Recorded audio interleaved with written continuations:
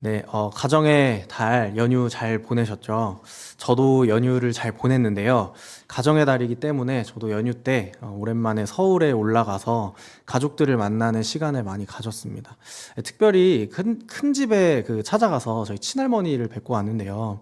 저희 친할머니 연세가 올해 96살이세요. 96세 되셨는데요. 이제 그 할머님이 교회를 가도 연세가 제일 많다 그러시고요. 동네 노인정에 가도 내가 연세가 제일 많아서 가도 별로 재미가 없다 그러시더라고요. 그러니까 뭐 이렇게 재미가 없으실 것 같아요. 근데 그 할머니께서 그 연세에도 얼마 전까지 매일 새벽기도 다니시고 하셨거든요. 네, 최근에 이제 어쨌든 큰 집이 이사를 가셔서 이렇게 사적인 거지만 큰 집이 이사를 가는 바람에 교회가 댁에서 멀어져서 요즘은 집에서 이제 기도를 하시는데 어쨌든 저희 할머님 기도하시는 분이세요. 기도로 저 목사 만드시고 기도로 뭐 이제 자식들 키우시고 하시는 이제 분이시거든요. 그래서 제가 여쭤봤어요. 할머니 요즘 뭐 기도하셔요? 물어봤더니 저한테 그러세요. 너 좋은 교회 만나서 담임 목사 되게 해달라고 기도한다. 그러세요. 그래서 할머니 너무 벌써부터 그러지 마세요. 네. 네. 그 손주니까 손주의 손주가 주님의 그 귀한 종 되기를 바라시는 마음으로 아주 일찍부터 이제 기도하셔가지고 네, 그런 마음을 잘 받았습니다. 두 번째 기도 제목이 압권입니다. 두 번째 기도 제목이 뭐냐면요. 나 좀 빨리 데려가 달라고 기도한다 그러세요. 나 좀 빨리 데려가 달라고 기도한다. 병원에서 누워 있다가 가지 말고 그나마 움직일 수 있을 때 빨리 이제 천국 가고 싶으시다 이 말씀 하시더라고요. 제가 처음에는 어떻게 반응해야 될지 몰라가지고 뜨악했거든요. 근데 첫 번째 기도 제목도 그렇고 두 번째 기도 제목도 그렇고 뜨악했지만 두 번째 기도 제목은 생각하면 생각할수록 참 이런 표현을 쓰고 싶어요. 마음에 자국이 남아요. 듣다 보니까요. 제가 할머니랑 대화를 하면서 그렇게 말씀하시길래 제가 그 나이가 되었다고 생각을 해봤어요. 96살이 된 천성빈. 그쯤 되면 인생에서 뭐가 즐거울까 생각을 해봤거든요. 인생에 어떤 소망이 있을까 그런 생각을 해보았습니다. 저희 할머니니까 이렇게 표현을 할게요. 좋은 때가 다 지나갔습니다. 이제는 하나님 품에 안겨서 쉴 날만을 기다리는 그 할머니의 기도가 저는 이해가 되더라고요. 사실 인간적인 마음에서도 할머님의 기도가 이해가 되기도 했지만 성도와 성도의 입장에서도 할머니의 기도가 어쩌면 나이를 상관하지 않고 나의 기도가 되어야 되지 않나. 나 빨리 데려가 달라는 그 기도에서 저는 영생에 대한 소망을 가지고 살아가는 사람의 태도를 발견했습니다. 인간의 참된 소망은요, 영생에 대한 소망인 것 같아요. 인간이 가질 수 있는 참된 소망과 참된 꿈은 생명에 대한 소망이라는 사실을 계속해서 묵상하게 되었어요. 여러분, 어떻게 나 좀 빨리 데려가 달라는 그런 기도를 아무렇지도 않게 할 수 있을까요? 이 세상에 미련 없이, 이 세상에서 남김없이 다 쓰고, 어떻게 하나님 나라에서 하나님 나라로 나를 빨리 데려가 달라는 그 기도가 쉽게 나올 수 있을까요? 반대로 생각해 보면 여러분 저희 할머님에게 이 세상에 별다른 무슨 소망이 있겠어요? 여러분 그런데 괜찮아요. 이 세상에서의 삶이 전부가 아니니까요. 그렇죠? 이 땅에서의 생명이 전부가 아니니까요. 오히려 천국에 대한 소망과 그곳에서 누리는 영원한 생명에 대한 소망이 우리 성도들에게는 훨씬 더 강렬하고 훨씬 더 가치 있는 것 아닐까요? 여러분, 영생은 우리가 품어야 할 모든 성도들과 모든 사람들이 품어야 할 가장 최초의 소망이면서 동시에 가장 최종적인 소망이 되는 것이죠. 제가 오늘 본문을 같이 나누기 전에 생명 이야기를 하려고 이렇게 구구절절 왔어요. 요한복음이 생명에 대한 깊은 관심을 가지고 기록하고 있거든요. 갈릴리 가나에서 예수님께서 첫 번째 표적을 행하실 때로부터 오늘 본문의 둘째 표적을 행하시기까지 예수님은 만나는 사람들마다 계속해서 생명에 대한 이야기를 하세요. 생명 계속해서 반복하세요. 2장에서 첫 번째 표적 이후에 6월절 가까운 시기에 예수님이 예루살렘 성전으로 가셨는데요. 성전 안에서 소와 양과 비둘기 파는 사람들 그리고 돈 바꾸는 사람들이 앉아있는 것을 보시면서 그들을 내쫓으시면서 그 성전에 소란을 일으키셨습니다. 이 성전 안에 소란을 일으키셨던 예수님께서 사람들에게 이렇게 말씀하세요. 너희가 이 성전을 헐라. 내가 사흘 동안에 일으키리라. 네.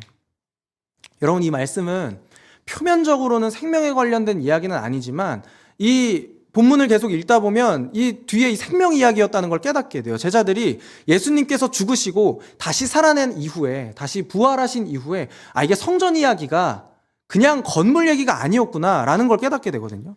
표면적으로 생명에 관한 이야기는 아니었지만 예수님께서 생명에 관한 이야기를 간접적으로 하신 것이라는 것을 제자들은 깨닫게 되는 거죠. 요한복음 2장 21절부터 22절까지 말씀인데요. 저희 같이 한번 읽겠습니다. 21절입니다. 그러나 예수는 성전된 자기 육체를 가리켜 말씀하신 것이라. 죽은 자 가운데서 살아나신 후에야 제자들이 이 말씀하신 것을 기억하고 성경과 예수께서 하신 말씀을 믿었더라. 아멘. 네. 예수님께서 3일 동안에 다시 내가 일으키겠다는 그 성전은 자신의 육체에 대한 이야기였던 거죠. 그리고 예수님께서 죽은 자 가운데서 부활하신, 즉 다시 생명을 취하신 그 후에야 제자들은 이 이야기가 생명 이야기였구나 라는 것을 알게 되는 것입니다. 이후에 3장에서도요. 니고데모가 예수님을 찾아왔을 때에도 예수님께서 거듭남에 대해서 이야기하시죠. 사람이 물과 성령으로 나는 생명에 대해서 말씀하십니다. 여러분, 이번에는 분명히 생명에 대해서 그리고 영생에 대해서 말씀하시고요. 그것을 얻는 힌트도 제자들에게, 사람들에게 주시는데요. 요한복음 3장 15절부터 16절입니다. 저희 같이 한번 읽겠습니다. 이는 그를 믿는 자마다 영생을 얻게 하려 하심이니라. 하나님이 세상을 이처럼 사랑하사 독생자를 주셨으니 이는 그를 믿는 자마다 멸망하지 않고 영생을 얻게 하려 하심이라. 아멘. 여러분, 영생을 얻는 방법이 뭐라고요? 그를 믿는 자마다. 영생을 얻는 방법은 그를 믿는 자마다 영생을 얻게 된다. 이렇게 말씀하시죠. 예수님께서 니고데모에게 영원한 생명에 대한 것을 말씀하셨고요. 그 영생을 얻는 방법에 대해서도 분명하게 말씀하셨습니다. 3장 후반부로 가시면요. 세례 요한과 예수님의 대비가 기록되어 있고요. 그 대비를 함축해서 이렇게 요한복음이 정리를 합니다. 3장 36절인데요. 아들을 믿는 자에게는 영생이 있고 아들에게 순종하지 아니하는 자는 영생을 보지 못하고 도리어 하나님의 진노가 그 위에 머물러 있느니라. 아들을 믿는 자에게는 영생이 있다는 것입니다. 생명 이야기를 거듭해서 하고 계시는 거죠. 요한복음은 계속해서 예수님을 믿는 믿음과 생명을 연결하면서 이 생명이라는 주제를 계속해서 반복하고 있습니다. 여러분, 그럼 4장으로 넘어가 볼까요? 예수님께서 사마리아 여인을 만나시는데요. 이 사마리아의 여인과 여러 주제를 가지고 아주 긴 대화를 나누십니다. 그런데 그 핵심에는 여전히 우리가 영생이 있다, 생명이 있다라는 것을 발견할 수 있습니다. 4장 10절입니다. 예수께서 대답하여 이르시되 내가 만일 하나님의 선물과 또 내게 물 좀 달라 하는 이가 누구인 줄 알았더라면 내가 그에게 구하였을 것이요 그가 생수를 내게 주었으리라. 예수님은 목마른 자신이 아니라 오히려 사마리아 여자가 물을 구해야 한다 이렇게 이야기를 하세요. 대화를 쭉 듣다 보면 우리는 이 예수님께서 말씀하신 이 생수가 영생과 관련이 있는 생수라는 사실을 발견하게 되는 거죠. 요한복음 4장 14절 말씀입니다. 내가 주는 물을 마시는 자는 영원히 목마르지 아니하리니 내가 주는 물은 그 속에서 영생하도록 솟아나는 샘물이 되리라. 이 갈릴리 가나에서 물을 포도주로 바꾸신 첫 표적으로부터 예루살렘과 유대, 사마리아를 거쳐서 오늘 다시 갈릴리 가나에 이르기까지 요한복음 2장에서 4장까지 계속해서 생명이라는 주제가 일관되게 반복되면서 울리고 있습니다. 그리고 이 생명은 예수님을 믿는 믿음이 우리에게 주는 축복이라는 것이죠. 생명의 근원이신 예수님을 믿는 믿음이 우리에게 영원한 생명, 그 사람의 참 소망인 영생을 우리에게 허락한다는 것입니다. 여러분, 생명의 근원이신 예수님을 믿는 믿음이 있으시길 축복합니다. 여러분, 그러면 생명이라는 주제가 오늘 본문에서는 어떻게 이어지고 있는지 좀 살펴보려고 하는데요. 본문으로 다시 돌아와서 예수님께서는 수가성에서 이틀을 머무시고 다시 갈릴리로 돌아가십니다. 돌아오는 길에 제자들과 의미심장한 대화를 나누시는데요. 예수님께서 이렇게 말씀하세요. 44절인데요. 친히 증언하시기를 선지자가 고향에서는 높임을 받지 못한다 하시고, 선지자가 고향에서는 높임을 받지 못한다 하시는 이 말씀이 사실은 사복음서 안에서 계속 이 사복음서에서 공통적으로 발견되는 이 예수님의 말씀입니다. 다른 복음서에서도 이 비슷한 말씀을 하신 적이 있거든요. 그런데 이 다른 마테마가 누가복음과 요한복음이 지금 이야기하고 있는 선지자가 자기 고향에서는 높임을 받지 못한다라는 이 말씀에는 조금 차이점이 있어요. 이 마태마가 누가복음에서 예수님께서 이 말씀을 하실 때에는 실제로 예수님의 고향인 갈릴리 사람들의 반응이 부정적이라는 것을 우리가 확인을 할 수가 있거든요.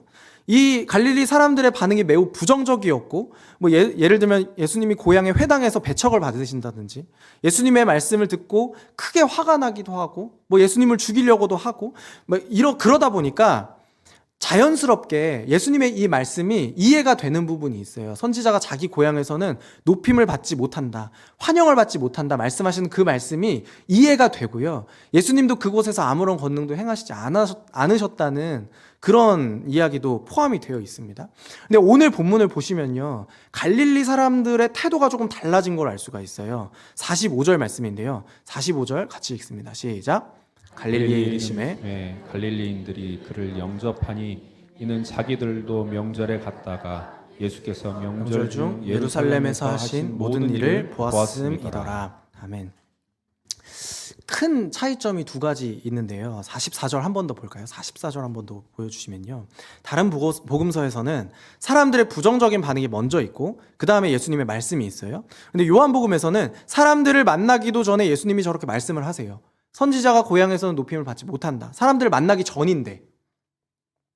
두 번째 차이점은요, 다른 복음서에서 갈릴리 사람들은 예수님을 배척하는데요, 요한복음에서 갈릴리 사람들은 예수님을 영접합니다. 예수님을 환영합니다. 갈릴리 사람들의 반응을 보면 예수님께서 이렇게 선지자가 자기 고향에서는 높임을 받지 못한다 말씀하신 게 약간 의아하게 들려요. 심지어 갈릴리 사람들을 만나기도 전에 이렇게 말씀하시고 갈릴리 사람들의 반응은 그와 전혀 다른 반응이거든요. 예수님이 틀리신 거죠. 그렇죠? 사람들의 반응을 보고 예수님이 좀 당황스러우셨을까요? 내가 생각한 건 이게 아닌데. 이렇게 생각하셨을까요? 어쨌든 요한복음에서 예수님은 갈릴리 사람들에게는 영접을 받습니다. 환영을 받습니다. 그런데 사실 예수님이 틀리셨다기보다는 제가 생각했을 때 예수님께서 생각하시는 이 높임은, 갈릴리 사람들의 이 높임은 예수님이 생각하시는 진짜 높임은 아니었던 것 같아요. 갈릴리 사람들의 환영이 이 예수님이 보았을 때는 썩 유쾌한 영접과 유쾌한 환영은 아니었기 때문에 예수님께서 선지자가 자기 고향에서 높임받지 못한다 이렇게 말씀하시는 거죠. 여러분, 그 이유가 뭘까요? 예수님께서 왜 이 갈릴리 사람들이 자신을 환영하실 것을 알면서도 선지자가 자기 고향에서는 높임을 받지 못한다 말씀하시는 거예요. 여러분, 그 이유는 뭐냐면 이 환영하는, 이 영접하는 그 동기가 무엇이냐는 거예요. 45절을 다시 볼게요. 45절을 보시면요, 갈릴리에 이르심에 갈릴리인들이 그를, 예수님을 영접합니다. 근데 그 이유는 예수께서 명절 중에 예루살렘에서 하신 모든 일을 보았음이더라. 그러니까 예수님께서 하신 그 모든 일들, 표적들을 보고 나서, 그리고 나서 사람들이 예수님께 그 표적을 기대하는 마음으로 예수님을 영접했다는 거죠. 갈릴리 사람들이 예수님을 환영하고 영접했던 이유가 있어요. 예수님께서 하신 모든 일을 보았기 때문에 그렇습니다.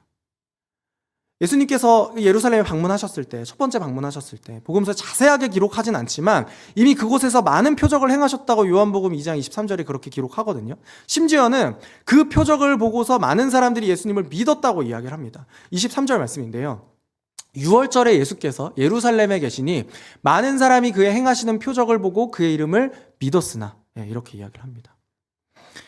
요한복음 3장에서도 니고데모가 예수님을 만나면서 표적에 대해서 이야기를 해요. 예수님이 행하시는 그 표적들은 하나님께서 보내신 사람이 아니면 이건 절대로 할 수 있는 일이 아니에요. 이렇게 이야기를 하거든요. 그러니까 갈릴리 사람들이 예수님 영접한 이유는 분명합니다. 표적 때문에 그래요. 표적 때문에. 표적을 보았기 때문에 예수님을 환영합니다.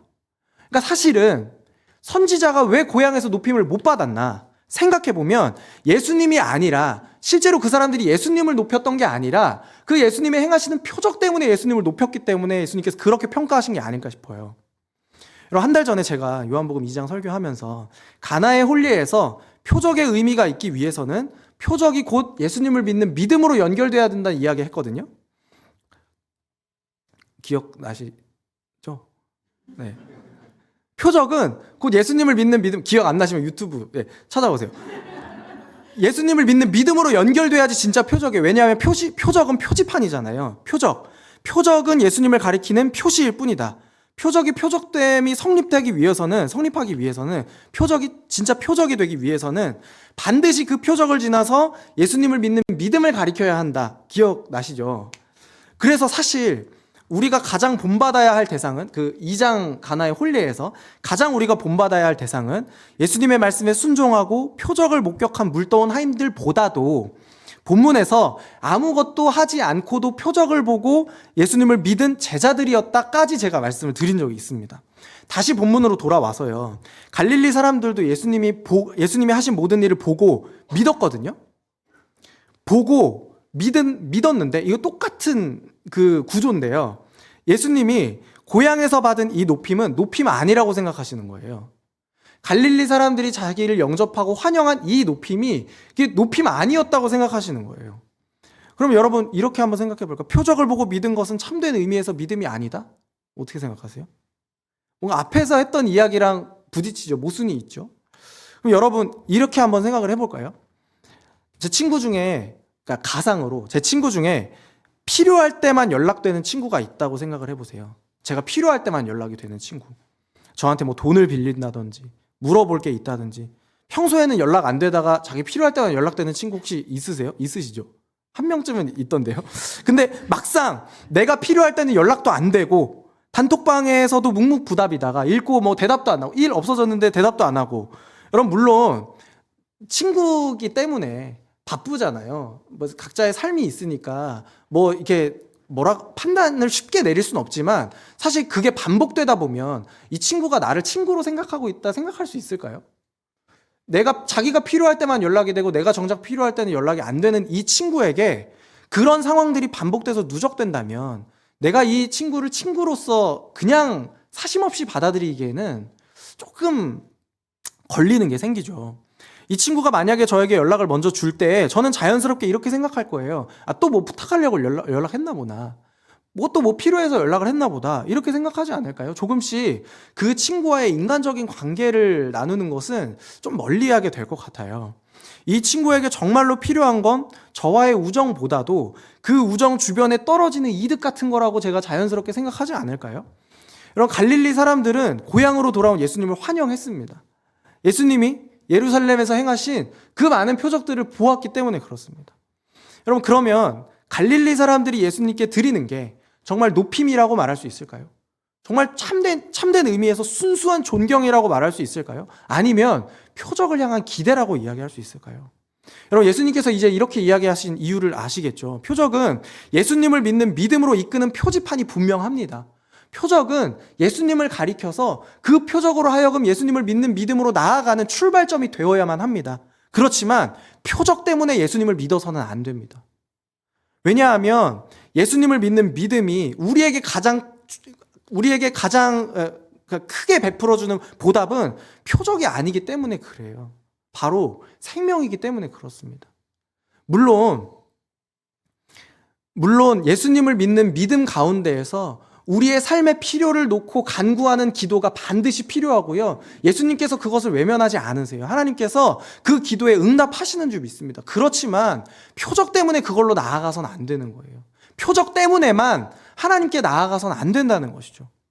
선지자가 고향에서 높임다운 높임을 받지 못할 때 그러면 타향에서는 어땠을까요? 마침 바로 직전에 예수님 지나오신 길이 사마리아 타향이거든요. 수가성이니까 그 사람들의 반응은 어땠는지를 한번 보겠습니다. 요한복음 4장 41절부터 42절입니다. 예수의 말씀으로 말미암아 믿는 자가 더욱 많아. 42절 같이 읽습니다. 그 여자에게 말하되 이제 우리가 믿는 것은 내 말로 인함이 아니니 이는 우리가 친히 듣고 그가 참으로 세상의 구주신 줄 알미라 하였더라. 아멘. 이 사마리아 수가성의 사람들은요, 예루살렘에 갈 이유가 없었어요. 표적을 볼 수 있는 기회가 없었던 거예요. 여러분, 고향인 갈릴리 사람들은 예수님께서 예루살렘에서 행하신 표적을 보고서 예수님을 환영하는데요.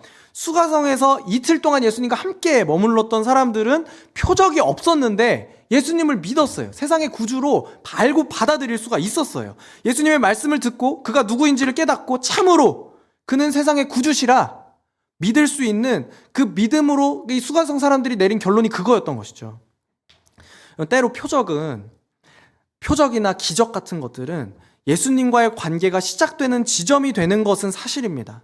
때로 우리는 해결해야 할 문제들을 가지고 주님을 찾을 때가 있고 주님께서 분명히 그런 기도에 응답해 주실 때가 있습니다.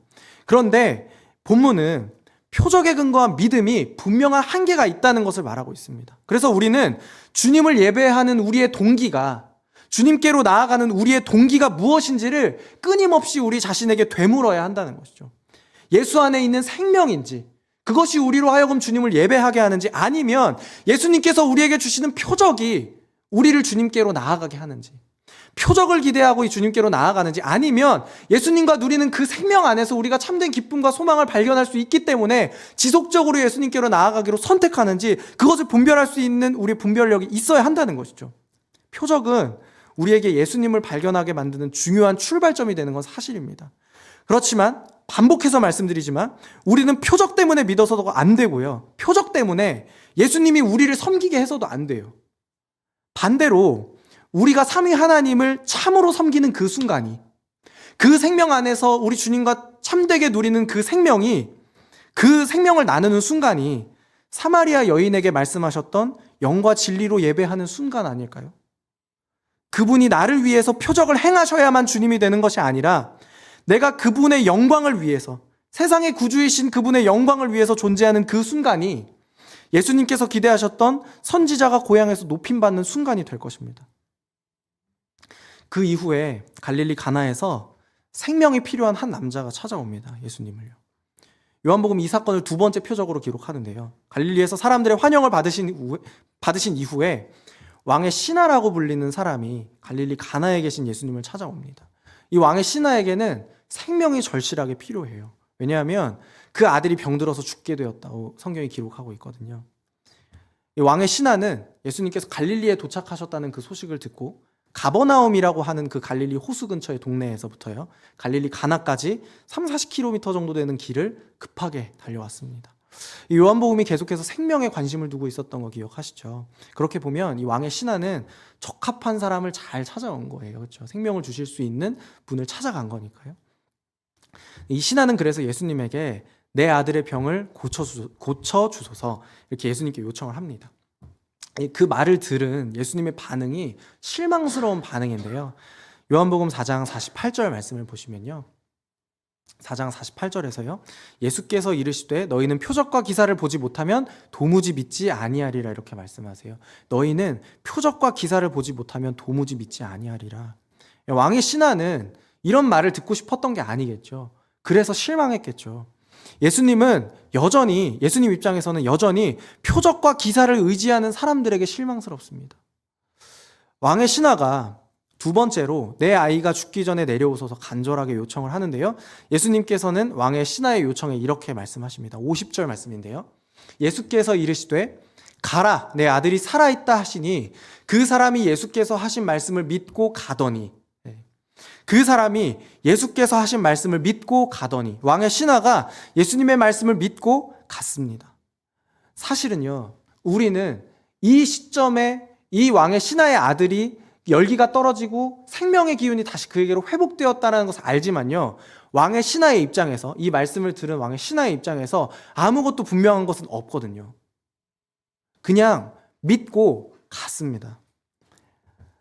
아무것도 확실한 것이 없고 아무것도 분명한 것이 없지만은 그냥 말씀을 믿고, 예수님의 말씀을 믿고 살아있다는 그 말씀을 믿고 갔습니다. 마치 죽어가는 그 아들이 생명을 가진 것처럼요. 생명을 가진 것처럼 생명을 가진 것처럼 그 말씀을 듣고 갔어요. 그리고 돌아가는 길에 그 믿음이 응답을 들었습니다. 아들의 열기가 떨어지고 생명이 돌아왔다는 사실을 찾아오는 사람에게 들었던 것이죠. 신하의 아들에게 생명의 기운이 돌아온 그 시간이 예수님을 만난 그 시간과 정확하게 일치한다는 것을 깨달았습니다. 이 아버지는 아무것도 보지 못했고 아무것도 경험하지 못했고 확실하게 손에 잡히는 것은 아무것도 없었지만은 이미 아들의 생명이 돌아온 그 순간을 그때부터 살고 있었어요. 그리고 내려갔어요. 예수님의 말씀을 믿었기 때문에 그렇습니다. 요한복음 분명히 이 사건을 예수님의 두 번째 표적이라고 기록합니다. 정작 그 표적의 수혜자인 이 왕의 신하는 그 시점에서는 아무것도 알지 못했지만 표적을 확인하기도 이전에 그는 이미 생명을 얻은 채로 돌아갔던 것이죠. 여러분, 그래서 성도는 이 말씀을 묵상하면서 성도는 어떤 사람이냐? 성도는 이미 생명을 가진 삶을 사는 사람이라는 것을 우리는 깨닫습니다. 성도는 이미 생명을 가진 것처럼 살아가는 거예요. 내 손에 안 잡히고 내 손에는 보이는 게 없고 내 이 주변에는 그 생명 가진 것처럼 보이는 게 아무것도 없는데 이미 그 생명 얻은 것처럼 살아갈 수 있는 사람이 바로 성도라는 것이죠. 아직 온전히 경험하지는 못했더라도 하나님의 나라를 이미 얻은 것처럼, 이미 살아가는 것처럼 사는 사람들이 바로 저와 여러분, 예수님을 믿는 사람들의 삶인 줄 믿으시기를 축복합니다. 여러분, 그렇다면 왜 성도들은 현재의 고난에서도 그냥 묵묵하게 살아갈 수 있을까요? 왜 현재의 고난에서도 의미를 발견하면서 살아갈까요? 어떻게 성도들은 현재 우리가 누리는 삶보다 영원한 생명을 더 기대하고 영원한 삶을 더 소망하며 살아갈 수 있냐는 것입니다. 고린도후서 6장 8절 하반절부터 10절까지 말씀인데요. 고린도후서 6장 8절 하반절부터 10절까지 말씀 우리 같이 한번 읽겠습니다. 우리는 속이는 자 같으나 참되고 무명한 자 같으나 유명한 자요, 죽은 자 같으나 보라 우리가 살아있고 징계를 받는 자 같으나 죽임을 당하지 아니하고 근심하는 자 같으나 항상 기뻐하고 가난한 자 같으나 많은 사람을 부요하게 하고 아무것도 없는 자 같으나 모든 것을 가진 자로다. 아멘. 여러분, 이렇게 살아가시기를 축복합니다. 그런 삶을 아무것도 없는 자 같으나 모든 것을 가진 삶이라고 바울이 이야기하는 것처럼 그렇게 살았으면 좋겠어요. 믿음 때문에 우리가 죽은 자 같이 살아가는 때가 있지만 우리 살아있다는 것입니다. 믿음 때문에 근심할 때가 있지만 항상 기뻐할 수 있고, 현실에서는 가난한 자와 같이 텅 빈 것 같이 살아가지만 오히려 그 가난이 많은 사람을 부요하게 하는 사람이 바로 성도라고 말합니다. 예수님을 믿는 믿음은 그래서 현재의 고난을 통과하게 하는 생명을 향한 소망을 우리에게 허락하시는 줄 믿습니다. 그래서 오늘 본문은 우리에게 한 가지 분명한 사실을 선포합니다. 참된 믿음은 표적을 요구하는 믿음이 아니라 표적을 넘어서는 믿음이라는 것이죠. 표적 때문에 예수님과의 관계가 시작되기는 하지만 그 표적에만 머무는 것이 아니라 더 깊은 차원의 믿음으로 나아가는 것이 참된 믿음이라는 사실을 우리는 발견할 수 있습니다. 왕의 신하가 아무것도 보지 못했지만 내 아들이 살아있다는 그 예수님의 말씀을 듣고 이미 생명 얻은 자처럼 돌아갔던 것처럼 말이죠. 그리고 그와 그의 온 집안이 믿게 되었다, 성경이 기록하고 있습니다. 성도 여러분, 예수님을 믿는 자는 이미 생명 얻은 자임을 알고 그렇게 살아가는 은혜가 있으시기를 다시 한번 주님의 이름으로 축복합니다. 우리가 아직 완전히 누리지는 않았습니다. 아직 완전히 누리지는 않았지만 이미 그 생명의 실체를 소유하고 있는 자라는 것입니다. 이 생명 얻은 자라는 정체성은 우리의 삶의 방식에 결정적인 변화를 가져오는데요. 그러므로 성도는 오늘을 두려움 없이 살아갈 수 있다는 것이죠. 영원한 생명이 있으니까요. 고난 앞에서도 낙심하지 않고 실패 앞에서도 다시 일어섭니다. 누구보다 자유롭게 사랑하고 기꺼이 희생하면서 살아갑니다. 왜냐하면 우리는 이미 모든 것을 가진 자이기 때문에 그렇습니다. 예수님 안에서 이미 그 생명을 얻은 자로 오늘을 담대하게 살아가는 저와 여러분 되시기를 다시 한번 주님의 이름으로 축복합니다.